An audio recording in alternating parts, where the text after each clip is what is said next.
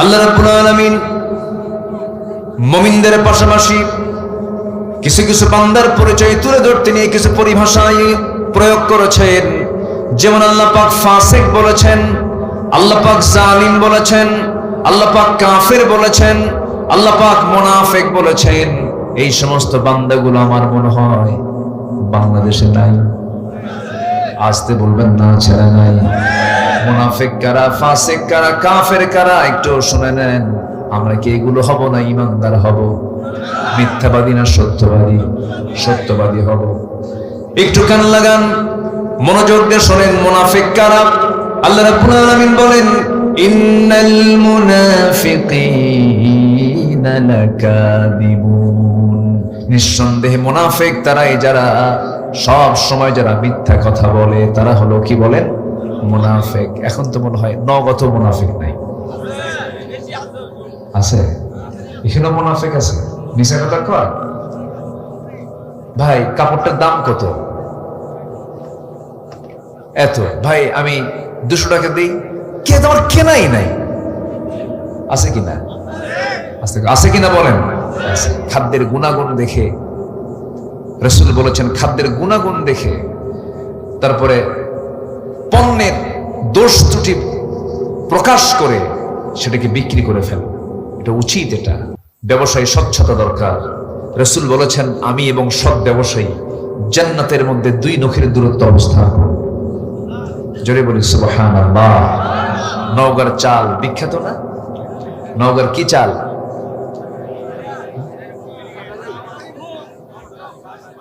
হ্যাঁ, কাঠারি। হ্যাঁ। তারপরে গন্ধ চালকে কি বলে জানো? আতপ চাল, চিনি গুড়া, ফেমাস। নওগাঁকে সবাই চেনে, বিখ্যাত। আপনাদের এই মহাদেবপুরই তো প্রচুর চাতাল, এইদিকে অনেক চাতাল, অনেক কিছু। কিন্তু এই কাটারি ভোগের মধ্যে কিছু সাটারি ঢুকায়। আছে কি না? আছে, আছে। আল্লাহ সাটারিং দেবে, প্যাঁচ লাগানো যাবে না। কি সমস্যা? কোথায়? না না, ছেড়ে দিতে হবে না। আপনারা জানতো ওয়াজ শেষই হয়ে গেল, আপনারা কি চালাবেন? আপনারা দেখেন তো কি করে। কি বসেন আপনারা, সব ভালো। আপনারা এই নামাজ পড়ছেন? এশার নামাজ পড়ছেন? এশার নামাজ একবারে কইছে হ্যাঁ, একবার কইছেন না। এখন এখানে ওয়াজ করতেছে হলো সততা নিয়ে, সত্যবাদিতা নিয়ে। বললাম নামাজ পড়ছেন? হ্যাঁ। এই পড়ছেন এশার নামাজ? না। নামাজ পড়তে হবে। নামাজ পড়া কি বলেন? আরো জোরে, আরো জোরে, আরো জোরে। নামাজ মানুষকে খারাপ বানায় না ভালো বানায়? বলেন বলেন, কি বানায়? ভালো বানায়। আল্লাহ রাব্বুল আলামিন বলেন, ইন্নাস সালাতা তানহা আনিল ফাহশাই ওয়াল মুনকার ওয়া লাযিকরুল্লাহি আকবার। নামাজ পড়বেন, ভালো হয়ে যাবেন। নামাজ পড়বেন, মানসিকতা চেঞ্জ হয়ে যাবে। নামাজ পড়বেন, মনটা ফ্রেশ থাকবে। নামাজ পড়বেন, শয়তান আপনাকে ওয়াসওয়াসা দিতে পারবে না। প্রত্যেক রাত্রে ফজরের পূর্বে, ফজরের ঠিক আগ দিয়ে, আজান হয় নাই তার একটু আগ দিয়ে হলো শ্রেষ্ঠ সময়, তাহাজ্জুদের সময়। ঠিক ওই সময়ে প্রত্যেকটা বান্দার কাছে শয়তান এসে বসে, তার শিয়রে, তার মাথার কাছে এসে বসে। প্রত্যেকটা রাত প্রত্যেকটা বান্দার কানে কানে একদম শিয়রের কাছে এসে বসে 3টা গিট মারে। 3টা কি মারে? গিট মারে। গিট মারা পর্যন্ত এলাকায় কি বলে? গিরা মারে। নওগাঁর ভাষা খুব মজার ভাষা। খাসিন এরকম আছে, একটা টান মারে না? খুব সুন্দর, একটু টান মারেন আপনারা। ভাষার মধ্যে অনেক মজা আছে। আলহামদুলিল্লাহ বলেন। আবার আপনি যাবেন জবাইবিলের দিকে। জবাইবিল একটা এলাকা আছে সাপাহার পশ্চার দিকে, ওইদিকে আবার সালাম দিতে পারেন, হুজুর আসসালামু আলাইকুম। একটু টান মারে, একটু টান মেরে আরেকটা ভাষা সেখানে রয়ে গেছে। আবার আপনি নওগাঁর ওপারে দুপচাচিয়ার দিকে যাবেন, আরেকটা ভাষা পাবেন। আবার জয়পুরহাটে যাবেন, আরেকটা ভাষা পাবেন। চলে যাবেন রংপুরের দিকে, ওরা রংপুর বলে না, বলে অংপুর। হয় না। এই ভাষাগুলো কে দিয়েছেন বলেন তো? আসতে বলবেন না, কে দিয়েছেন? কে দিয়েছেন? আল্লাহ দিয়েছেন। খুব সুন্দর ভাষায় আপনারা কথা বলেন। নামাজ মানুষকে ভালো বানায়। সবাই নামাজ পড়তে রাজি আছেন তো ইনশাআল্লাহ? কয় ওয়াক্ত নামাজ? 5 ওয়াক্ত নামাজ। 54 বছর হলো দেশের বয়স, এত সংসদ অধিবেশন চলে গেল, কত নেতারা মঞ্চে দাঁড়ায়া ওই পার্লামেন্টে দাঁড়িয়ে কত আইন পাশ করলো। সুদের আইন পাশ করেছে, মদের আইন পাশ করেছে, জেনার আইন পাশ করেছে, অশ্লীল সিনেমার আইন পাশ করেছে, নামাজের আইন কেউ পাশ করে নাই। সব দেখা শেষ করেছি আমরা। আইয়ুবের শাসন, মুজিবের ভাষণ, জিয়া কেটেছেন খাল, চাচা এরশাদের তাল বেতাল, বাকি সময় হরতাল আর হরতাল। সব দেখা শেষ। আগামীর দেশ আমরা দেখতে চাই কোরআনের বাংলাদেশ।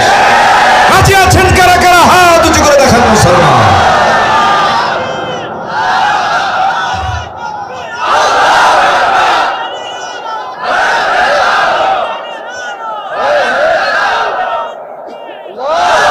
আল্লাহ কবুল করুন, জোরে বলে আমিন।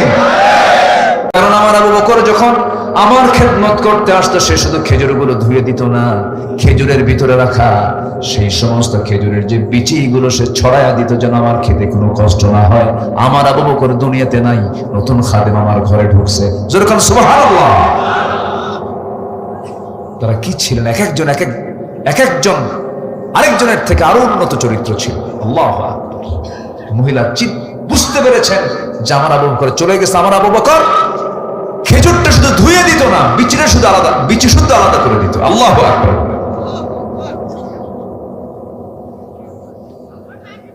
জান্নাতটা পেতে চাই, এজন্য 15টা গুণ অর্জন করব আমরা। নাম্বার 1 হলো সত্যবাদী হব, নাম্বার 2 হলো আমানতদার হব, আমানতের খেয়ানত কখনো করব না। বোনের সম্পত্তি বোন পাবে, কোনো কথা নাই, বোনকে ডাক দিয়ে বলবো, বোন সম্পদটা নিয়ে যা, তোর সম্পত্তি বুঝে নে। কিন্তু নওগাঁ জেলায় মনে হয় না এমন, যুগের পর যুগ চলে যায়, ভাই বোনকে সম্পদ বুঝায় দেয় না, এমন ভাই তো বুঝি নওগাঁ জেলায় নাই। আসতে বলবেন না, আছে না নাই? আছে আছে আছে আছে। এটা হওয়া যাবে না, সম্পূর্ণ আমানতের খেয়ানত হয়ে যাবে। কোরআনকে প্রশ্ন করুন, কোরআন বলে দাও তো তোমার কালামে সম্পত্তি বন্টনের ক্ষেত্রে ছেলেকে আগে দেওয়ার কথা আসছে না মেয়েকে আগে দেওয়ার কথা আসছে? ভাই আগে পাবে না বোন আগে পাবে? কোরআন আগে বলে দিচ্ছে লিযাকারি মিসলু হাযযিল উনসাইন। আগে মেয়েকে বুঝায় দাও। আগে কাকে বুঝায় দাও? বোনকে বুঝায় দাও। আর সেই বোন ধানের জমিকে আগে পায় না পরে পায়? আগে এক যুগ খায় ভাই। মানে এত ফকির, এরকম ফকির মার্কা ভাই আছে না নাই? আছে না নাই? আমি কি দোয়া করে দেব? আলোচনা চলো। এই সময় যদি কেউ ওঠে, তাহলে ওই লোকটাই ভাববো ওই লোকটাই বোনকে সম্পত্তি দেয় নাই। বসেন। হ্যাঁ, 12টা আছে এখনো 15টা বোনের কেবল 3 নাম্বার চলে। হ্যাঁ না, 3 নাম্বার 2 নাম্বার চলে। এখনো 13টা আছে। দেখেন এখানে উনি গুনে রাখছে। কিন্তু আল্লাহ তুমি আমার এই ভাইয়ের মধ্যে সব শ্রোতাকে বানায় দাও। জোরে বলি আমিন। শ্রোতা তো এমন শ্রোতা হওয়া উচিত যে শ্রোতা আলোচকের মুখ থেকে আলোচনা কেড়ে নেবে। এটা হচ্ছে শ্রোতার পরিচয়। বসেন সম্মানিত ভাইয়েরা। তাহলে বোনকে সম্পত্তি বুঝাইয়া দেওয়ার দায়িত্ব প্রত্যেক ভাইয়ের আছে না নাই বলেন তো? আচ্ছা, দেয় তো না, আবার টেকনিক করে। কি টেকনিক করে জানেন? টাঙ্গাইলের চমচম, বগুড়ার দই, নাটোরের কাঁচাগোল্লা, যশোরের খই, নওগাঁর আম আর ময়মনসিংহের কাঁঠাল সব এক জায়গায় জড়ো করে শীতের ভিতরে মাঝে মাঝে দাওয়াত দেয়। বছরে 2-1 বার দাওয়াত দিয়ে বোনকে জন্মের খাওয়ান খাওয়ায়। 1 কোটি টাকার সম্পত্তি বোন থেকে, মানে বোন পাবে ভাইয়ের কাছ থেকে 1 কোটি টাকা। হজে গিয়া বোনের সম্পত্তির ধান বিছা হজ করছে। হজে ফেরত আসা বোনের সম্পত্তির টাকা দিয়েই 2 ভরি স্বর্ণের চেন কিনছে। চেন কিনে নিয়ে এসে সব কিছু খাওয়ায় দাওয়ায় শেষ পর্যন্ত গলার ভিতরে একটা চেন ঢুকায় দিয়ে বলে, বোন একটা কথা বলি কি, একটু কাছে বসো, তুমি আমার বড় বোন না? হ্যাঁ। তোমার সংসার হয়ে গেছে? হ্যাঁ। কত কষ্ট আছে তোমার ভাই? একটা কথা বলি বোন, কি অংশ নিলে না ধ্বংস হয়। দেখছেন কত বড় বাটপার। এই আছে না নাই, আছে না নাই? কি আমানতদারিতা দেখেন। হজ করে আসছে কিন্তু কি কষ্ট পাচ্ছেন আপনারা? না ভাবতেছেন হুজুর ওয়াজ শুনতে এসে তো বিপদে পড়ে গেলাম, সম্পত্তি ভাগ হয়ে গেল, এরকম ভাবতেছেন নাকি? দিয়ে দেন, জান্নাত বুঝে নেন। জোরে কাল সুবহানাল্লাহ। দিয়ে দিবেন, কি বুঝে নেবেন? জান্নাত বুঝে নেবেন। সর্বনিম্ন জান্নাত হবে 10টা পৃথিবীর মতো একটা জান্নাত। আর সামান্য দুনিয়ার এই সুতোমুতো নিয়ে আপনি এত টেনশন করতেছেন। সর্বনিম্ন জান্নাত হবে 10টা পৃথিবীর মতো একটা জান্নাত। কল্পনার বাইরে এটা কল্পনাই করতে পারবেন না। জান্নাতের মধ্যে থাকবে 4টা নহর। কটা নহর বলেন? দুধের নহর, শরাবের নহর, মধুর নহর, পানির নহর। সুবহানাল্লাহ বলা যাবে না ভাই? দুনিয়ার পানি খাইলে মানুষ বুড়া হয়, দুনিয়ার মধু খেলে মানুষ বুড়া হয়, আর দুনিয়ার শরাব মদ খাইলে তো লিভার পয়সা চোখ লাল হয়ে শেষ হয়ে যায়। কিন্তু জান্নাতের যে শরাব, জান্নাতের যে মধু, জান্নাতের যে পানি, জান্নাতের যে দুধ, এটা পান করলে কোনোদিন ওই বান্দা বুড়া হবে না। কেউ তো সুবহানাল্লাহ বললেন না। কোনোদিন বুড়া হবে না। মন যা চাবে তাই খাবেন, মন যা চাবে আপনি তাই পাবেন সেখানে। এমন কিছু নাই যা বাদ পড়ছে। এই ওয়াজ একদিন করলাম এক জায়গায়, এক বুড়ো চাচার সামনে দাঁড়ায় বলে, হুজুর মন যা চায় তাই যদি পায়, কিন্তু একটা টেনশন আছে হুজুর। কি? আপনি তো বিড়ির বিরুদ্ধে খুব ওয়াজ করলেন, বিড়ি নাই। জান্নাতে এই পচা জিনিস থাকবে কন্ত? যে বিড়ি খায় তার গন্ধ কেমন লাগে বলেন তো? হ্যাঁ, দুর্গন্ধ কার কাছে? যে বিড়ি খায় না। আর যে বিড়ি খায় তার কাছে মনে হয় জান্নাতের রুহানি ফায়াজ পাচ্ছে। কেমনে যে খায়।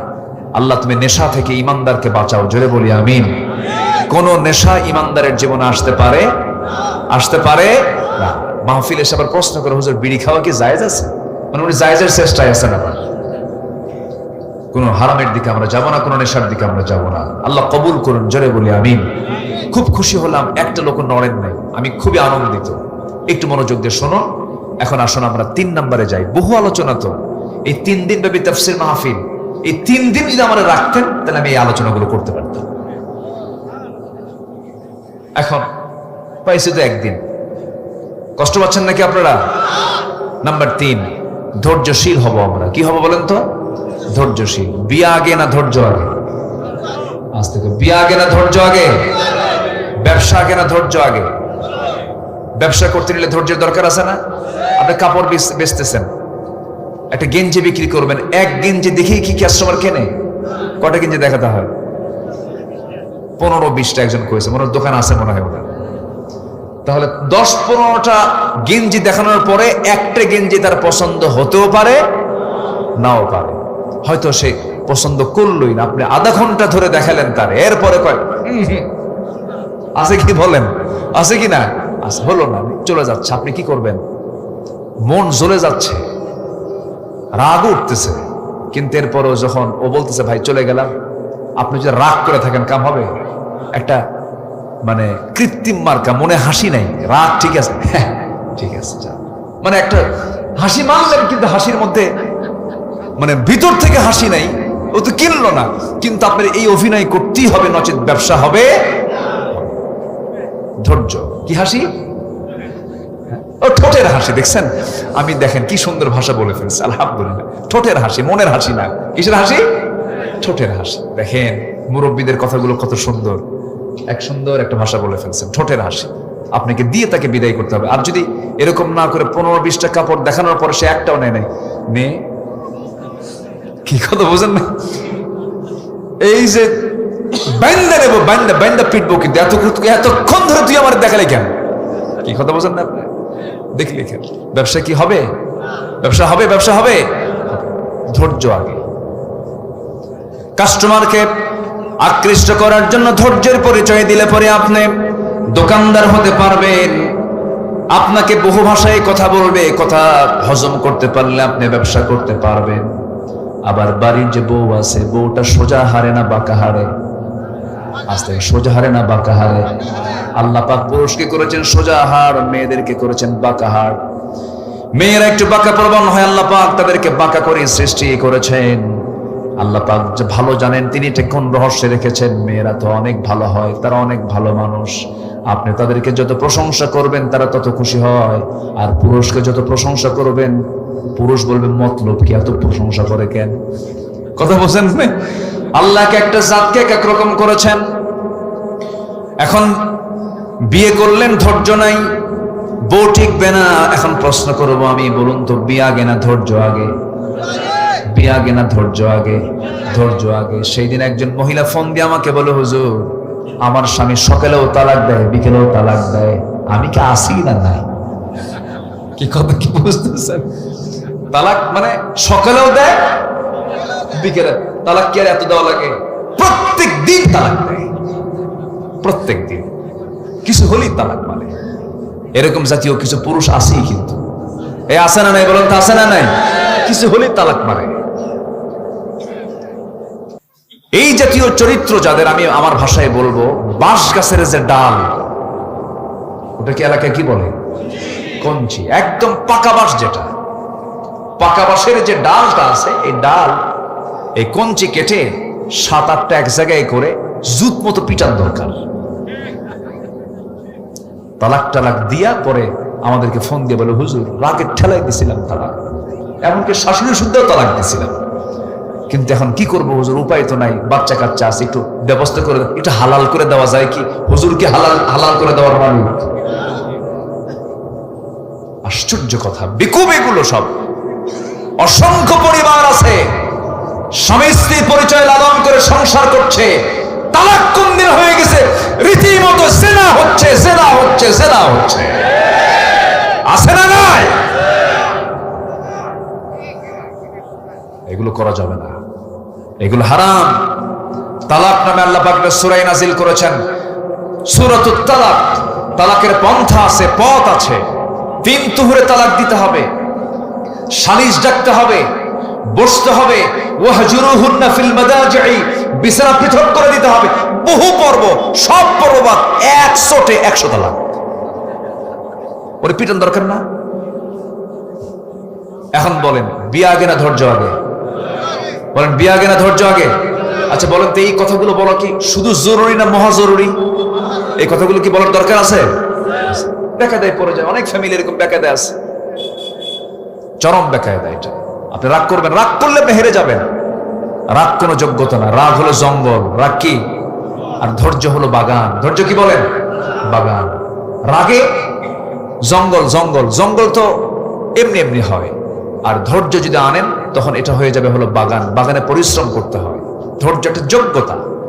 ধৈর্য যার মধ্যে থাকবে সে সাকসেস হবে, দুনিয়াতেও আখিরাতেও। আমরা ধৈর্যশীল হব। জোরে বলি ইনশাআল্লাহ, আর জোরে বলি ইনশাআল্লাহ। সকল নবী রাগী ছিলেন না ধৈর্যশীল ছিলেন? আমাদের আব্বা কে? আদম। বলেন কে কে? বলেন বলেন বলেন। আমাদের জাতির পিতা। 16 বছর কিন্তু পেঁচ লাগাইছিল। আমাদের জাতির পিতা কে? আরো যারা আমাদের জাতির পিতা কে? এই জায়গায় পেঁচ লাগাতে দেব না। যারা পেঁচ লাগাবে, পেঁচ ছুটাইয়া ছাড়বো আমরা। মিল্লাতা আবিকুম ইব্রাহিম। মনে হয় খুব রাগ করতেছেন আপনারা, মনে হয়। ইব্রাহিম আলাইহিস সালাতু ওয়াস সালাম, এই 2 জন নবী খুব ধৈর্যশীল ছিলেন। বাপ তো, বাপ না? আমাদের বাপকে আদম, জাতির পিতা কে? ইব্রাহিম। এই 2 জন বাপ খুব ধৈর্যশীল ছিলেন। আল্লাহ রাব্বুল আলামিন বললেন, কুল্লা হাবিতু মিনহা জামিআ। আদম হাওয়াকে নিয়ে দুনিয়ায় যাও।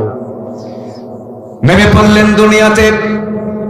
জান্নাতের খাবার খেয়েছেন আমার আব্বা আম্মা, আমরাও জান্নাতে গিয়ে জান্নাতের খাবার খাবো। কেউ তো ইনশাআল্লাহ কর না? জোরে কয় না ইনশাআল্লাহ? জান্নাতে যাবেন না আপনারা? আমাদের বাপের ভিটা কোথায়? অনেকে চিন্তা করছে যে বামনহাট নাকি। মিলছে কথা, মিলছে কথা, মিলছে। এটাই বাস্তবতা। জুলুম করা যাবে না। জুলুম যেখানেই হোক না কেন, আপনি স্বামী বইয়ের প্রতি জুলুম করছেন, আল্লাহ আপনাকে ছাড়বেন না। আপনি স্ত্রী স্বামীর প্রতি জুলুম করছেন, আল্লাহ আপনাকে ছাড়বেন না। আপনি ইমাম, মুসল্লিকে কষ্ট দিচ্ছেন, আপনি আল্লাহ পাক ছাড়বেন না। মুসল্লি হয়ে ইমামকে টর্চার করছেন, আল্লাহ আপনাকে ছাড়বেন না। কোন জায়গায় জুলুম করা যাবে? জুলুম করা যাবে? তাহলে ধৈর্যশীল আমরা হব। ধৈর্য আছে যার, বিজয় আছে তার। ধৈর্যশীল আমরা হব। তবে একজন নবী একটু রাগী ছিলেন, সেই নবীর নামটা কি বলেন তো? বাড়ি কি আশেপাশে নাকি? চটাল নবী। কি নবী বলেন তো? চটাল। খুব রাগী নবী ছিলেন। এমন রাগ তার মধ্যে ছিল, রাগের ঠেলায় মাঝে মাঝে মাথার চুলগুলো খাড়া হয়ে টুপি ভেদ করে বের হয়ে যেত। খুব রাগী মানুষ ছিলেন। ছিলেন লোকটা তোতলা। কি ছিলেন? তোতলা ছিলেন। প্রথম দিকে তোতলা ছিলেন, আল্লাহ রাব্বুল আলামিন তার তোতলামে ছেড়ে দিয়েছিলেন। তিনি সুস্থ হয়েছিলেন, আল্লাহর কাছে চেয়েছিলেন, আল্লাহ তুমি আমার জিহ্বাকে সোজা করে দাও। রব্বিশ রাহলি সাদরি ওয়া ইয়াসসিরলি আমরি। এরকম করে তিনি দোয়া করেছিলেন। যারা তোতলা হয় তারা রাগী হয়। এই লোকটা, এই নবী একটু অন্য নবী থেকে সচরাচর একটু ভিন্ন ছিলেন। কোন নবীর সঙ্গে আল্লাহ রাব্বুল আলামিন ডাইরেক্ট কথা বলেন নাই, জিবরিল মারফত কথা বলেছেন। কিন্তু আল্লাহ একজন নবীর সঙ্গে ডাইরেক্ট বাক্যালাপ করেছেন। সেই নবীর নামটা কি বলুন? ওয়া কাল্লামাল্লাহু মূসা তাকলিমা। ডাইরেক্ট বাক্যালাপ করেছেন। একদিন কথা বলতে বলতে মুসা বলছেন, আল্লাহ একটা কথা বলি, সারা জীবন তো অডিও কলে কথা বললাম, আজকে ভিডিও কলে কথা বলবো। কি কলে কথা বলবো? Video call. আল্লাহ বলছে, ও মুসা, তোমার অপশনে যে দেখো ভিডিও কল নাই, শুধু অডিও কল আছে। আল্লাহ চেষ্টা করব। আল্লাহ বললেন, তারানি, আমাকে দেখতে পাবে না, না আমি চেষ্টা করব। আল্লাহ বলছেন, তুর পাহাড়ে আসো। ওয়াত্তিন ওয়াজ্জাইতুনি ওয়া তুরি সিনিন ওয়া হাযাল বালাদিল আমিন। তুর পাহাড়ে চলে আসো। মুসা মুসকি মুসকি হাসি মেরে বলছে, আল্লাহ তুমি এত দূরের পাহাড়ের নাম নিলা, আমার আশেপাশে এত পাহাড় আছে, 800 মাইল দূরের পাহাড়ের নাম নিলা।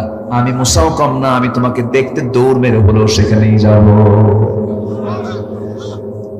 আমার বন্ধুগণ, আল্লাহকে দেখতে পেলেন না, কারণ এই চর্মচক্ষু দিয়ে আল্লাহকে দেখার কোনো ক্ষমতা আমাদের এই জাগতিক জীবনে নাই। তবে আল্লাহকে আমরা দেখবো তৃপ্তি ভরে জান্নাতের মধ্যে। জোরে বলি ইনশাআল্লাহ। আল্লাহ কার মতো? আল্লাহ আল্লাহর মতো। কি সুন্দর করে জবাব দিয়েছেন একজন। আল্লাহ তার আল্লাহর মতো। জোরে করে আল্লাহু আকবার বলেন। আমরা জান্নাতে গিয়ে তাকে দেখতে চাই। আল্লাহু আকবার। আল্লাহ কবুল করুন। জোরে বলে আমিন। আমার বন্ধুগণ, এই মুসা আলাইহিস সালাতু ওয়াস সালামের প্রচন্ড রাগ ছিল। হঠাৎ করে একদিন তার সামনে একজন বেয়াদব বেয়াদবি করতেছে। বারবার বলছেন, তুমি বেয়াদবি করো কেন? বারবার বেয়াদবির মাত্রা আরো বেরিয়ে চলছে। হাতটা আস্তে করে বের করে দিলেন শাসন করার জন্য। তার গালে চপাটাঘাত করলেন, থাপ্পড় মারলেন। এক থাপ্পড় মারছেন, শেষ না হতেই লোকটা জমিনে পড়ে সঙ্গে সঙ্গে মারা গেল। থাপ্পড় মারাও সারা, মরে যাওয়া সারা। যখন মরে গেছে, আল্লাহকে বলছে, আল্লাহ দোষ কিন্তু আমার না, নিয়ত ছিল শাসনের জন্য, বেয়াদবি করতেছে, ভালো হ, কিন্তু এমন ভালো হলো মরে গেল। মার্ডার কেসের আসামি তুমি, আল্লাহ নিজে। কারা দোষ দেয়? আল্লাহ বলছে, মুসা শোনো, তোমার বিরুদ্ধে ফেরাউন হত্যার হুলিয়া জারি করেছে, আর টিকতে পারবে না, তুমি এখন এখান থেকে বের হয়ে যাও, হিজরত করো। কারণ আমার প্রিয় বান্দা দুনিয়াতে আরো এসেছে, তারা কেউ টিকতে পারে নাই, মাতৃভূমি ছাড়তে হয়েছে। আমার নবীও মাতৃভূমি ছেড়েছেন। মক্কা থেকে কোথায় গেছেন? মদিনা চলে গেছেন। দেশের মানুষ তাকে সম্মান করতে শেখে নাই, তাকে মেরে ফেলার সিদ্ধান্ত নিয়েছিল। তোমাকেও মরার, তুমি মুসা, তোমাকে মেরে ফেলার সিদ্ধান্ত নিয়েছে। আল্লাহ বলছেন, তুমি দেশ থেকে চলে যাও, দেশ থেকে বের হয়ে যাও। সেখান থেকে রওনা করলেন, মাদিয়ান নামক এলাকায় চলে গেলেন। খাবার নাই, তৃষ্ণা, পানি, যন্ত্রণা, ছটফট করছিলেন। কূপের ধারে গেলেন, কূপ থেকে পানি তুললেন, পান করলেন, তৃষ্ণা নিবারণ করলেন। কেউ তাকে চিনে না, আশেপাশের লোকজন কেউ তাকে বুঝে না, চিনতে পারছে না। হঠাৎ করে দূর থেকে লক্ষ্য করে দেখেন, দুজন মহিলা হাতে বালতি করে পানি তোলার জন্য কূপের ধারে আসছে, দাঁড়ায় আছে, কূপ থেকে পানি নেয় না। এবার মুসা বলছেন, ও মহিলা, দাঁড়ায় আছো কেন? কূপ থেকে পানি নিয়ে চলে যাও, সন্ধ্যার পরে তো তোমাদের কষ্ট হবে, সন্ধ্যার পরে মেয়েরা বাইরে থাকতে নেই। এবার দুই মহিলা বলছে, কেমন করে আমরা ওই কূপ থেকে পানি তুলবো? কারণ ঢাকনা যে ওজন, সেই ঢাকনা টান দেওয়ার মতো শক্তি আমাদের নাই, কারণ ঢাকনা টান দিতে 7 থেকে 8 জন যুবকের প্রয়োজন হয়। মুসা ভাবতেছেন, মহিলা বেচারি বেকায়দায় আছে, দেখি একটু সাহায্য করা যায় কিনা। এবার বলছেন, বালতিটা হাতে দাও, বালতি হাতের মধ্যে নিলেন, কূপের ধারে চলে গেলেন, ঢাকনা টান দিলেন, বাম হাত দিয়ে ধরলেন, সিটকে পড়ে গেল 14 হাত দূরে। দুই মহিলা মনে মনে এটা মানুষ না অন্য কিছু। 7 পুরুষের শক্তি একসাথে, এত শক্তিশালী যুবক তো জীবনে আমরা দেখি নাই। বালতি ভরে পানি তুলে নিয়ে এবার বলছেন যাও সোজা বাড়িতে চলে যাও, পাঠায় দিলেন। বাপ বুড়া মানুষ বলছে ও আমার কলেজার টুকরা সন্তান, প্রত্যেকদিন সন্ধ্যা হয়ে যায়, অন্ধকার হয়ে যায়, এত দ্রুত আজকে কেমন করে আসলে, এত দ্রুত তোমরা আজকে কেমন করে পানি নিয়ে আসলে? এবার বলছে আব্বা কাফিউন আজিজ, শক্তিশালী এক যুবকের সন্ধান পেলাম, ঢাকনায় হাত দিল, সিটকে পড়ে গেল, প্রচুর শক্তি, সে আমাদেরকে সহযোগিতা করেছে।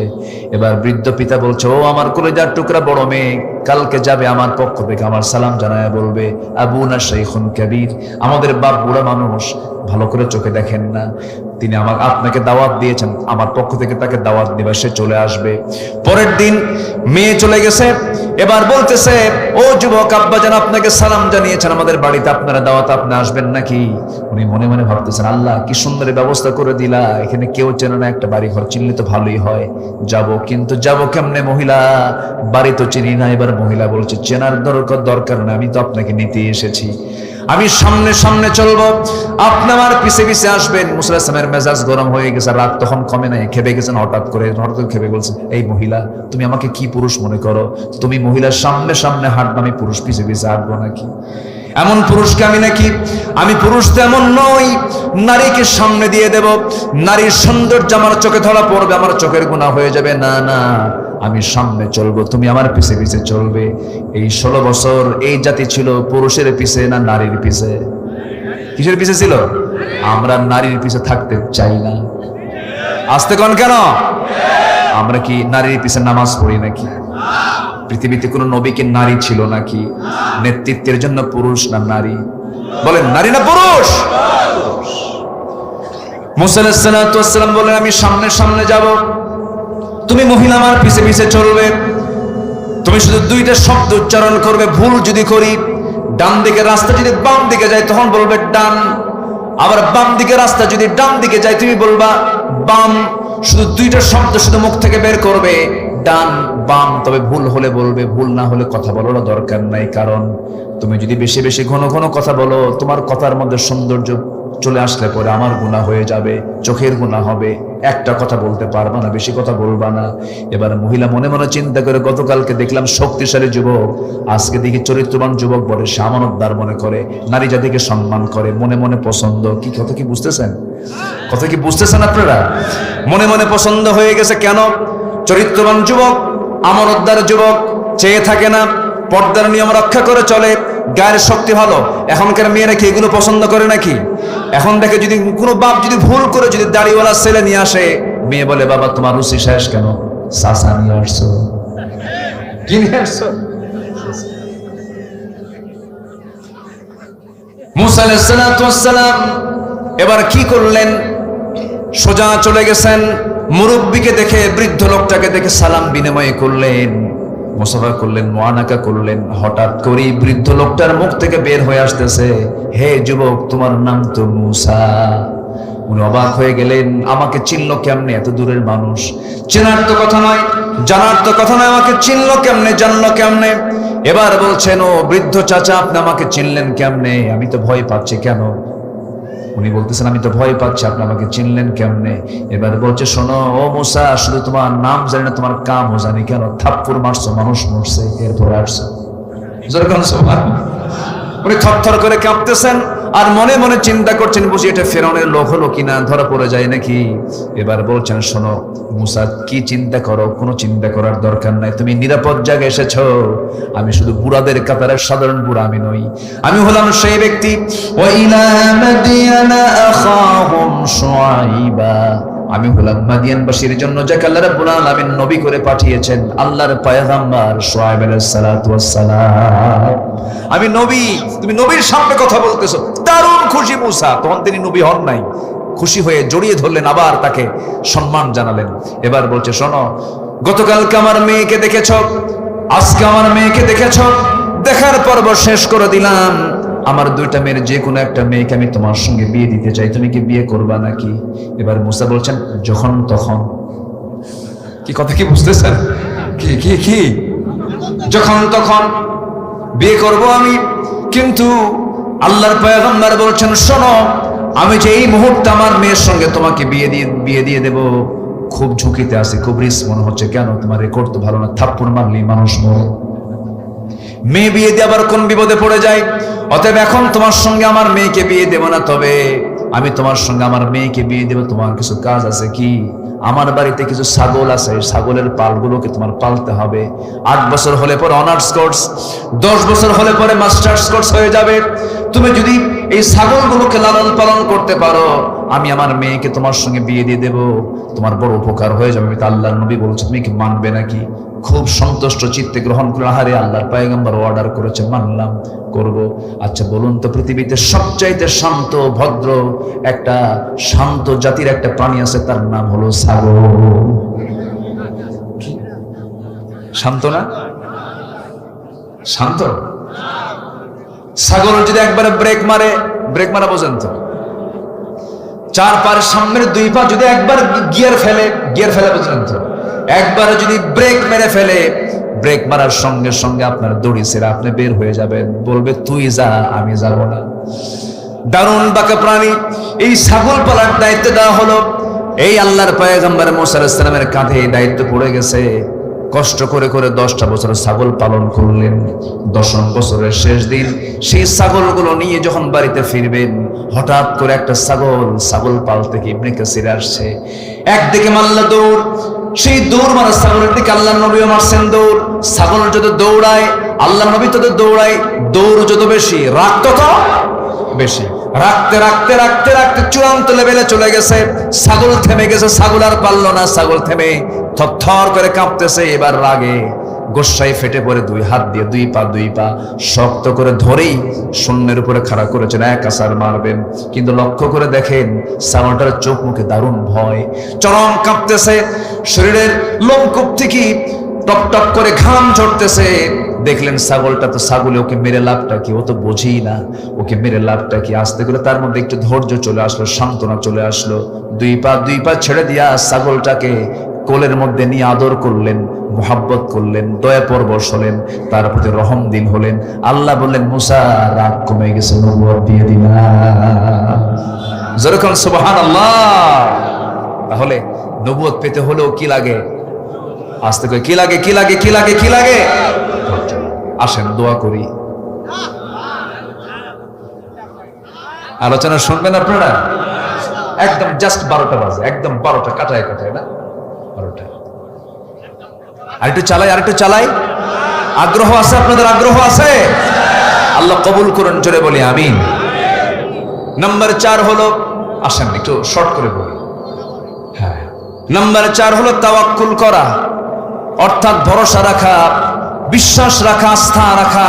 পৃথিবীর কারো উপরে নয়, একমাত্র কার উপরে? বলে আল্লাহর উপরে। ওয়ামান ইয়াতাওয়াক্কাল আলাল্লাহ ফাহুয়া হাসবুহ। যে ব্যক্তি আল্লাহর প্রতি বিশ্বাস রাখবে, তার জন্য আল্লাহই যথেষ্ট, আল্লাহ তাকে হেফাজত করবেন। নাম্বার 5 হলো ইখলাস, একনিষ্ঠতা রাখা। ওয়ামা উমিরু ইল্লা লিয়াবুদুল্লাহা মুখলিসিনা লাহুদ্দিন। নাম্বার 6 হলো আদালত, ন্যায় বিচার কায়েম করা।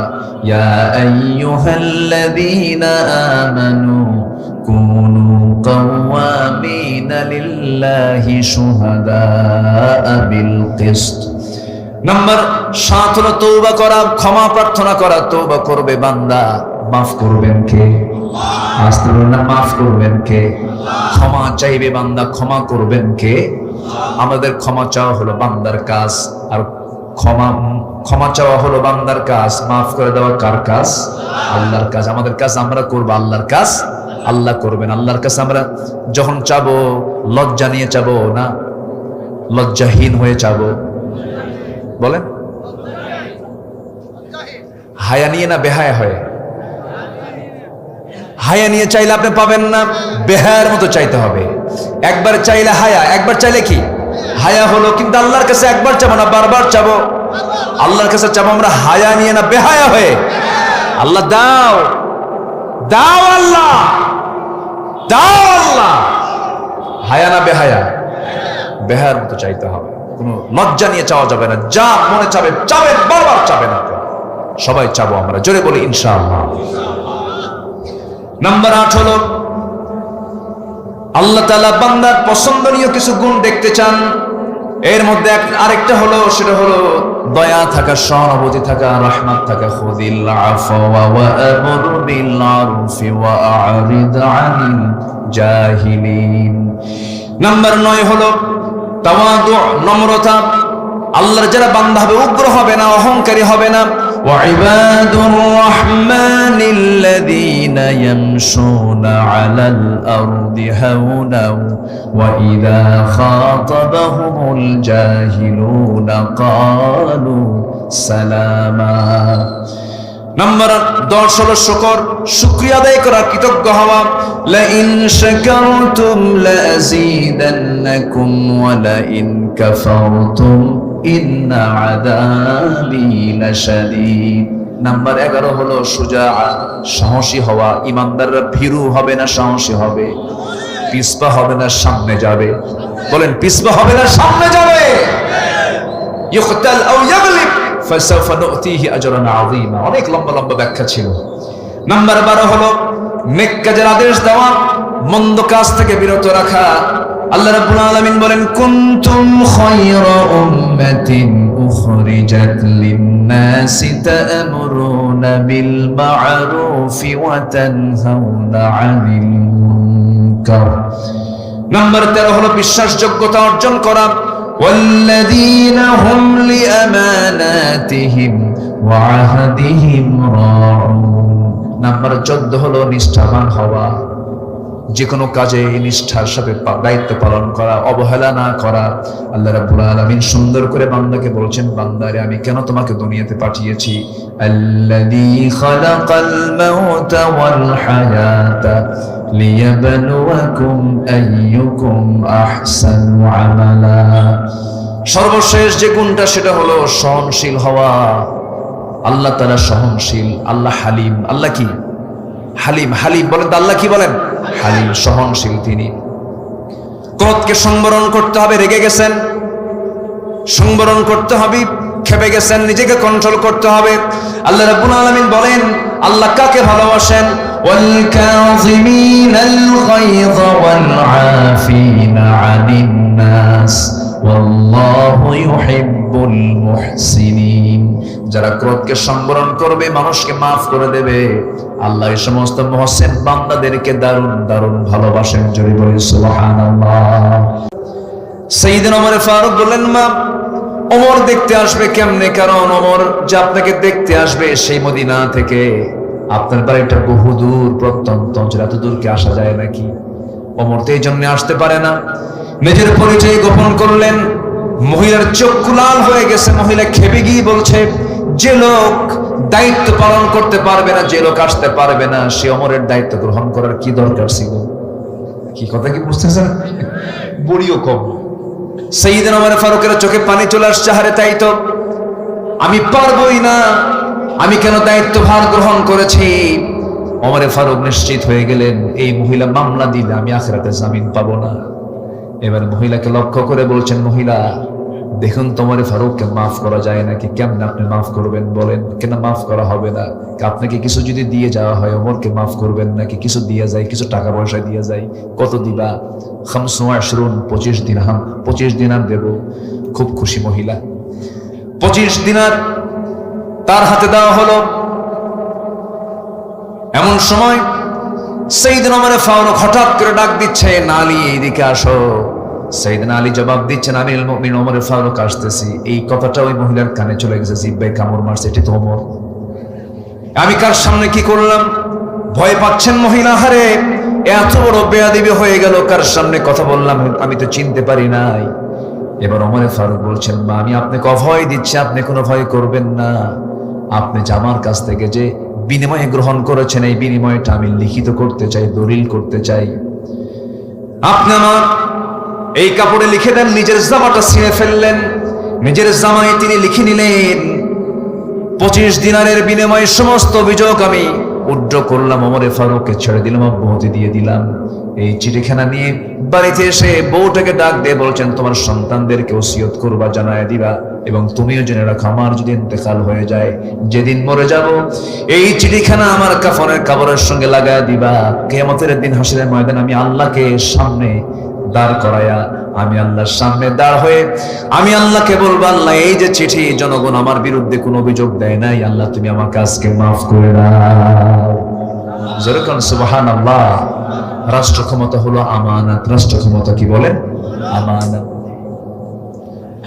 রাতের আধারে তিনি মদিনা অলিগলি ঘুরে বেড়াচ্ছেন, হঠাৎ করে এক বাচ্চার কান্না। ওমর ফারুক খেপে গেলেন, রেগে গেলেন। বাড়ির সামনে গিয়ে বলছেন, কোন মহিলা, কোন মা যে তার সন্তানকে এত রাতে কাঁদায়? কোন মহিলা? ওমর ফারুকের আওয়াজটা ছোট না বড় ছিল? বড় ছিল, সাহসী ছিল, রাগী ছিলেন। মহিলা ভিতর থেকে আওয়াজ দিচ্ছে, সন্তানের আওয়াজ আমি কেমনে বন্ধ করব? সন্তানের আওয়াজ তো আমি বন্ধ করতে পারছি না, কারণ আমি সন্তানকে দুধ পান করাবো কেমনে? দুধ পান করাতেও পারছি না, দুগ্ধ পোষ্য ভাতা তো খলিফা ওমর ফারুক দেয় না, আমি সন্তানকে দুধ পান করাতে পারছি না। সেই জন্য ওমর ফারুক কেঁদে ফেললেন, আহারে আমার দোষেই সন্তান কাঁদে, আল্লাহ তুমি আমারে মাফ করে দাও। ফোরাতের তীরে একটা কুকুর যদি অনাহারে মারা যায়, ইরাকের রাস্তা খারাপের কারণে যদি গর্তের মধ্যে উটের পা পড়ে, যদি উটের পাটা ভেঙে যায়, কুকুর কেন মারা গেল এবং উটের পা কেন ভাঙলো? কিয়ামতের দিন আমি ওমর তার জন্য আসামির কাঠগড়ায় দাঁড়িয়ে আল্লাহর সামনে জবাব দিতে হবে। কত বড় আমানতদারিতার চিন্তা তাদের মধ্যে ছিল। আল্লাহ রাব্বুল আলামিন সুন্দর করে বলছেন, ইন্নাল্লাহা ইয়া'মুরুকুম আন তু'আদ্দুল আমানাতি ইলা আহলিহা ওয়া ইযা হাকামতুম বাইনান নাসি আন তাহকুমু বিল আদল ইন্নাল্লাহা নি'ম্মা ইয়া'যুকুম বিহি। জোরে বলুন আল্লাহু আকবার। আল্লাহ অর্ডার করেছেন, তোমরা কি করো? আমানতটাকে পরিপূর্ণরূপে আদায় করো, আমানতের খেয়ানত করো না। সাইয়েদনা ওমর ফারুক রাদিয়াল্লাহু তাআলা আনহু ডুকরে ডুকরে কাঁদতেন। আমার রাসূলকে খুব মহব্বত করতেন তিনি। যে রাসূলকে মারার জন্য যায়, সে রাসূলকে জীবন দেওয়ার জন্য প্রস্তুত আবার হয়ে যায়। যেরকম সুবহানাল্লাহ। রাসূলকে তিনি অত্যাধিক ভালোবাসতেন। এই যে মাসখানেক হয়েছে মক্কা মদিনায় গিয়েছিলাম, একটা আয়াত দেখে আমি চোখের পানি আটকাতে পারি নাই। আমার নবীর কবরের পাশেই শুয়ে আছেন দুজন সাহাবী, একজন আছেন আবু বকর, আরেকজন হচ্ছে ওমর ফারুক রাদিয়াল্লাহু তাআলা আনহু। এই দুইজন সাহাবীর কবরের উপরে একটা আয়াত আল্লাহ পাক তাদের সামনে দিয়েছিলেন। সে আয়াতটা সেখানে সুন্দর করে আয়াতটা লেখা আছে, ইয়া আইয়ুহাল্লাযীনা আমানু লা তারফাউ আসওয়াতাকুম ফাওকা সাওতিন নবী। কোন একদিনে আমার নবীজি বয়ান করছিলেন, সাহাবীরা সামনে বসা, দুজন সাহাবী সাইয়েদনা আবু বকর এবং ওমর রাদিয়াল্লাহু আনহু কোন একটা বিষয় নিয়ে তাদের মধ্যে বাকবিতণ্ডা বেজে যায়। দুজন কথা বলতে বলতে তাদের আওয়াজটা নবীর আওয়াজের চাইতে বড় হয়ে যায়। আমার নবীজির মনে কষ্ট হচ্ছিল, হারে আমার কথা ঢেকে যাচ্ছে আর সাহাবীদের কথার আওয়াজটা বড় হয়ে যাচ্ছে। রাসূল কষ্ট পাচ্ছিলেন। সঙ্গে সঙ্গে আয়াত নাযিল হলো, তোমরা নবীর কথার চাইতে তোমাদের কথার আওয়াজকে বড় করো না। যদি এমনটা হয়ে যায়, বেয়াদবি যদি হয়ে যায়, আন তাহবাতা আমালুকুম, তোমাদের সমস্ত আমলগুলোকে কাট করে দেওয়া হবে। সেই দিন থেকে নিয়ে রাসূলের মৃত্যুর দিন পর্যন্ত সাইয়েদনা ওমর ফারুক কোনদিন জোর গলায় নবীর সামনে কথা বলার সাহস পান নাই।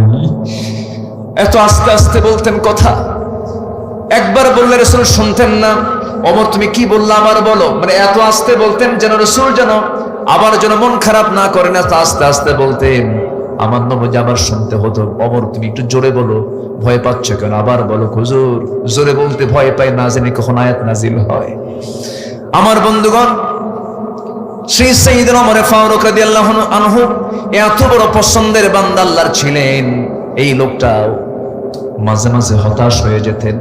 একদিন কাঁদতে কাঁদতে এক সাহাবীর কাছে চলে গেলেন, যে সাহাবীর কাছে আমার রাসূল মুনাফিকদের তালিকা রেখে দিয়েছেন। তার কাছে গিয়ে বলছে, ভাই হুযায়ফা শোনো, একটা কথা বলবো, তুমি আমাকে একটু উপকার করবে। কি উপকার? দেখো তো রাসূল যে মুনাফিকদের তালিকা তোমার হাতে দিয়েছেন, দেখো তো ওই তালিকার ভিতরে আমি ওমর আমার নামটা আছে নাকি? আল্লাহু আকবার। নিজেকে নিয়ে কত পেরেশান ছিলেন তারা। নিজেকে নিয়ে তারা কত অস্থির ছিলেন, আল্লাহর নৈকট্য হাসিলের জন্য কত চেষ্টা করেছেন। আমার বন্ধুগণ, আমার আপনার জীবনের টার্গেট হলো আল্লাহর জান্নাত আমরা লাভ করতে চাই। একদিন রাতের আধারে সাইয়্যিদনা আবু বকর সিদ্দিক রাদিয়াল্লাহু তাআলা আনহু খালি পায়ে হাঁটতেছেন, পাথরওয়ালা রাস্তা, খালি পায়ে হেঁটে হেঁটে যাচ্ছিলেন। এমন সময় ওমরে ফারুক তাকে দেখে ফেলে বলছেন, আবু বকর সিদ্দিক রাদিয়াল্লাহু আনহু খলিফাতুল মুসলিমিন, আপনি খালি পায়ে হাঁটতেছেন, পাথরের চোকা পাথরের আঘাতে আপনার পা ফেটে যাবে, রক্তাক্ত হয়ে যাবেন, জুতো পায়ে কেন হাঁটছেন না? আপনি এই গভীর রাত্রিতে চোখে দেখতেছেন না, পা তো ক্ষতিগ্রস্ত হয়ে যাবে। তিনি বলছেন, ওমর, আমি জুতা পায়ে হাঁটবো কেমনে? জুতার তলার সাথে পাথরের একটা আঘাত লাগবে, একটা বড় আওয়াজ সৃষ্টি হয়ে যাবে। সে আওয়াজে যদি এই গভীর রাতে যদি আমার জনগণের ঘুমের যদি কোনো ব্যাঘাত হয়ে যায়, কিয়ামতের দিন আমি আবু বকর আমাকে আসামির কাঠগড়ায় দাঁড়িয়ে তারা জবাবদিহি করা লাগবে। আল্লাহু আকবার বলবেন না? এই জন্য আমি খালি পায়ে হাঁটতেছি, আমার জনগণের যেন ঘুমের ব্যাঘাত না হয়।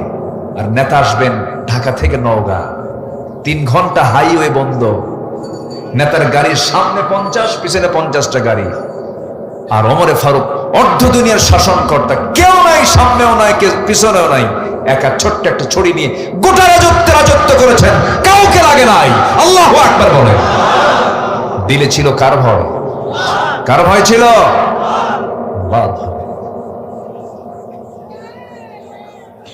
একজন খাদেমকে সাথে নিয়ে তিনি উঠে চড়ে বের হয়েছেন, চলে গেছেন তিনি জেরুজালেমের উদ্দেশ্যে। তো সেই সময় একবার ওই খাদেম রশি টেনে তাকে নিয়ে যাচ্ছে। কিছুক্ষণ পর ওমরে ফারুক বলছেন, এই খাদেমি, তুমি তোমার রশি ছাড়ো, আমি উঠ থেকে নামলাম। কেন? তুমি শুধু রশি টানবো, আমি রশি টানবো না? আমিরুল মুমিনিন, আপনি কি বলেন? এটা কি সম্ভব? আমি উঠে চড়বো আর আপনি লাগাম টানবেন, এটা কি হয়? তিনি বলছেন, তুমি আল্লাহর গোলাম, আমিও আল্লাহর গোলাম, আমাকেও চলতে হবে, তোমাকেও চলতে হবে। কিয়ামতের দিন কি জবাব দেব? একবার আমাকে টানতে দাও, তুমি একবার টানো, দুজন সমান করে যায়। আল্লাহু আকবার বলা যাবে না ভাই? গন্তব্যে পৌঁছে গেছেন। যে রাষ্ট্রের মেহমান হয়ে গেছেন তারা তাকে অভিবাদন জানাচ্ছে। ওই সময় আল্লাহর কি কাম, উটের পিঠে যে চড়ে আছে ওটাই হলো খাদেম, আর লাগাম যে ধরে আছে ওটা হচ্ছে ওমর। আর সবাই সেলুট জানাচ্ছে, সবাই ওয়েলকাম জানাচ্ছে হলো ওই খাদেমকে। খাদেমকে আমি না, ও যে ওমর, ও যে রশি ধরে আছে। সুবহানাল্লাহ বলবেন না? কি ছিল তাদের সোনালী জীবন। রাষ্ট্রের পক্ষ থেকে মধু পেয়েছেন। কি পেয়েছেন বলেন তো? মধু। 1 বোতল মধু। 1 বোতল মধু নিয়ে বাড়িতে চলে আসলেন। বউটাকে ডাক দিয়ে বলেছেন, বউ আমার, জান্নাতের খাবার, জান্নাতের শরাব, জান্নাতের খাবার, এই মধু তোমার জন্য নিয়ে আসছে রাষ্ট্রের পক্ষ থেকে। একা নিতে পারবো না, 5টা ভাগ করতে হবে, প্রতিবেশী সহ খেতে হবে। ভাগ করো, 5 ভাগ করো, 1 ভাগ আমাদের, বাকি ভাগ প্রতিবেশী। স্ত্রী হাতে মধুর বোতল দিয়ে যখন বলেন ভাগ করো, ভাগ করতে শুরু করেছেন, তৎক্ষণাৎ বউটাকে আস্তে করে ডাক দিয়ে বলছেন, বউ আমার, রাগ করো না, আমি তোমাকে ভাগ করতে দেবো না, দাও বোতলটা দাও। বোতলটা নিয়ে চলে গেলেন প্রতিবেশীর ঘরে। প্রতিবেশীর ঘরে গিয়ে বলছেন, প্রতিবেশী, এই যে বোতল দিলাম মধুর, সমান 5টা ভাগে ভাগ করে আমাকে 1টা ভাগ দিয়ে বাকি 4 ভাগ তোমরা সমানভাবে নিয়ে নিবা।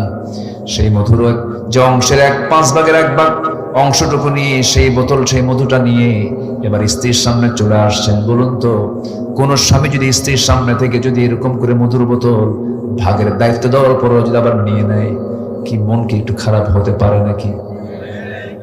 হ্যাঁ, লাগতে পারে। আপনাদের বউরা মনে হয় সবাই রাবিয়া বসছে মনে হয়, ভাবসাব তো খুব ভালোই মনে হচ্ছে। লাগতে পারে। 27 বছরের সংসার, তুমি আমারে চিনলে না, কি ঠিক কিনা? খান 39 বছর সংসার করে তুমি আমার এখনো সন্দেহ করো। আমি বাপের বাড়ি চলে গেলাম, কি আছে কিনা। কিন্তু সাইয়েদনা ওমর ফারুকের বউ তার আমার আপনার বউয়ের মতো না। তাদের মানসিকতা খুব উন্নত ছিল। একটু মন খারাপ হয়েছে, কিছু বললেন না, চুপচাপ ছিলেন। ওমর ফারুক রাদিয়াল্লাহু তাআলা আস্তে করে চলে আসলেন, এসে বলছেন, আমার স্ত্রী, মন খারাপ করো না, আমি তোমাকে দারুণ মহব্বত করি, তোমাকে সম্মান করি, আমি রাষ্ট্র চালাই, তুমি আমার পরিবার চালাও। তুমি যদি আমার পরিবার চালাতে ব্যর্থ হতে, আমি রাষ্ট্র চালাতেও ব্যর্থ হয়ে যেতাম, তুমি আমার পরিবারকে তুমি সামলাও, অনেক বড় তুমি খেদমত করো, আমি চিরকৃতজ্ঞ তোমার কাছে, কিন্তু তুমি আমাকে সন্দেহ করো না, আল্লাহর কসম আমি তোমাকে সন্দেহ করে তোমার হাত থেকে মধুর বোতলটা নেই নাই। মধুর বোতলটা নেওয়ার হেতু হলো, মধুর বোতলটা নেওয়ার কারণ হলো, মধুর বোতল আমি এই জন্য নিয়েছি, আমি তোমাকে ভাগের জন্য করতে দেই নাই, তুমি সমান ভাগে ভাগ করবে, কিন্তু যে মধুটা ভাগ করতে যাবে অন্তত সমান হলেও কিছু মধু তো তার হাতে লেগে যাবে, তোমার হাতে লেগে যাবে, এটা 1 ফোঁটা হোক 2 ফোঁটা হোক, এই যে 1 ফোঁটা 2 ফোঁটা মধু আমাদের ভাগে বেশি আসবে, এটা আমি চাই নাই মনে করে মধুভোগের দায়িত্ব আমরা অন্যের কাঁধে চাপাইয়া দিয়েছি। সুবহানাল্লাহ বলা যাবে না? এগুলোর নাম আমানত। এগুলোর নাম কি বলেন?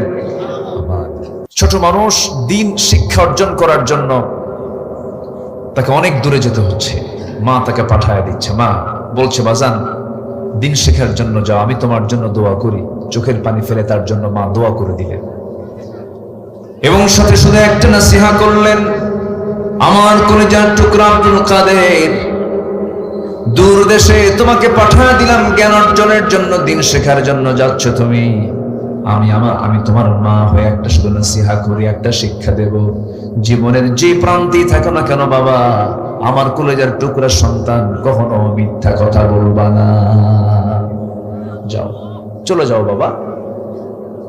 মা শিখালো কয়টা কথা? বলেন কয়টা কথা? একটা কথা। এই লোকটা উঠলো কেন? এই যে হঠাৎ করে কি সমস্যা? একটু বলে যেতে হবে, হঠাৎ করে চলে যাবে না, হঠাৎ করে চাপছে। আচ্ছা বসে। মাহফিলে ওঠা বসা করাটা এটা ঠিক না, আমাদের দেশে এটা অনেক ট্রেডিশনও হয়ে গেছে, ঠিক না, এটা একটা ক্লাস। তো আপনি এখান থেকে নিজে ইচ্ছায় বসলেন উঠলেন, এটা সৌন্দর্যের খেলাফ। আমরা এই মুহূর্তে হয়ে আছি কার মেহমান বলেন তো? আসতে বলবেন না, কার মেহমান? রাসূল যখন বয়ান করতেন সাহাবীরা চুপ মেরে থাকতেন, নড়াচড়াও হতো না, উড়ন্ত পাখি মাথার উপরে বসতো টের পেত না, চুপচাপ থাকতেন তারা, এত নীরব থাকতেন তারা, শুধুমাত্র আদব সম্মান। আর কিসের সম্মান বলেন? কোরআনের সম্মান। বসেন না, কত সময় কত দিকে চলে যায়, একদম জরুরত ছাড়া, একদম হাজত ছাড়া, সেটা ভিন্ন কথা, এটা নামাজেও হয়, এটা নামাজেও হতে পারে। নামাজ আপনি পড়তে পড়তে আপনি আর পারছেন না, থাকতে পারলেন না, তখন আপনি নামাজও তো পড়তে পারছেন না, এটা একটা ইবাদতের জায়গা, এটা শুধু মাহফিল না, এটা ইবাদতের জায়গা। আমি আর বলবো না, আমি এখন আলোচনায় আবার ফিরে যাচ্ছি, দয়া করে কেউ আর উঠে মাহফিলের শৃঙ্খলাকে ভঙ্গ করবেন না, এই দুঃসাহসকে দেখাবেন না, আশা করি, জোরে বলি ইনশাআল্লাহ। তো আব্দুল কাদের মার কথাটাকে নিলেন, মাথায় নিলেন, দেখেন পরিস্থিতির মধ্যে তিনি পড়ে গেলেন, রওনা দিয়েছেন, রওনার পথেই ডাকাতদের কবলে পড়েছেন। কিসের কবলে বলেন তো? ডাকাতদের কবলে। ডাকাতের কবলে যখন পড়ে গেলেন, ডাকাতরা ডাকাতি করে, জোরপূর্বক সবার কাছ থেকে সম্পদগুলো সিনায় সিনায় নিতেছে, ত্রাস সৃষ্টি করেছে। সামনে আব্দুল কাদের এক পর্যায়ে পড়ে গেছে। আব্দুল কাদেরকে যখন বলা হলো, ছেলে তোমার কাছে কি আছে দেখো, বের করো। পকেটে ছিল তার কিছু স্বর্ণ মুদ্রা, যা কিছু ছিল সব কিছু তার পকেট থেকে তার সামানগুলো সব বের করে তাদের সামনে রাখছে। সবাই বলে ফেললাম, ওই ছোট্ট শিশু, তোমাকে যা বললাম তাই তো তুমি শুনলে, যা তোমার কাছে ছিল সব ইচ্ছা করে বের করে দিলাম, আমরা জোর করলাম না, এর কারণটা কি? ছোট্ট ছেলে আব্দুল কাদের বলছে, আমার চাচাজি, তোমরা রাস্তায় আমাকে ধরে ফেলেছ, আমার মার উপদেশের কথা মনে হয়ে গেছে। মা বলেছেন, জীবনের যে প্রান্তেই থাকো না কেন, জীবনে কারোর সঙ্গে একটা মিথ্যা কথাও যেন তোমার মুখ থেকে না বের হয়। ডাকাতদের চিন্তার পরিবর্তন হয়ে গেল। ডাকাতরা মনে করল, হারে এই ছোট্ট বাচ্চা আমাদেরকে বড় একটা শিক্ষা দিয়ে দিল। ডাকাতি পথ ছেড়ে সবগুলো আব্দুল কাদের এসে সুন্দর সততার দিকে তাকায়া চোখের পানি ফেলে সবগুলো ডাকাতির পথ ছেড়ে তারা আল্লাহর পথ ধরে গেল। যেরকম সুবহানাল্লাহ। সত্য কথা বলবেন, এটার ফলাফল খুবই মিষ্টি, একসময় পাবেন ফলাফল। সত্যের উপরে থাকবেন, টিকে থাকবেন। মিথ্যা দিয়ে রাজত্ব করবেন, দেশ চালাবেন, দিল্লি গিয়ে পালায়া থাকবেন। ঠিক কিনা? আমরা কোথাও যাইনি, আমরা ছিলাম, আছি, থাকবো। আমাদের পালানোর জায়গা নাই, আমাদের আশ্রয়ের জায়গা একমাত্র আল্লাহ। আমাদের আশ্রয়ের জায়গা কে বলেন তো? কে কে? আমাদের লন্ডন লাগবে না, আমাদের দিল্লিও লাগবে না, আমরা বাংলাদেশেই থেকে যাব। জোরে বলি ইনশাআল্লাহ। আর জোরে বলি ইনশাআল্লাহ। কষ্ট পাচ্ছেন মনে হয়? আলোচনা চালাই।